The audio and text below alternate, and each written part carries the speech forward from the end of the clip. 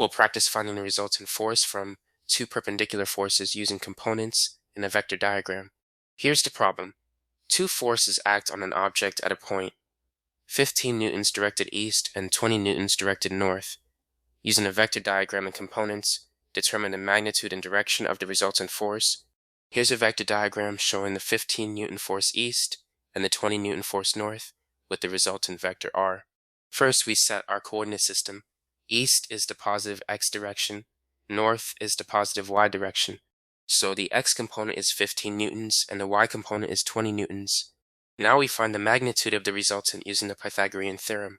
R equals the square root of f underscore x squared plus f underscore y squared, which is the square root of 15 squared plus 20 squared.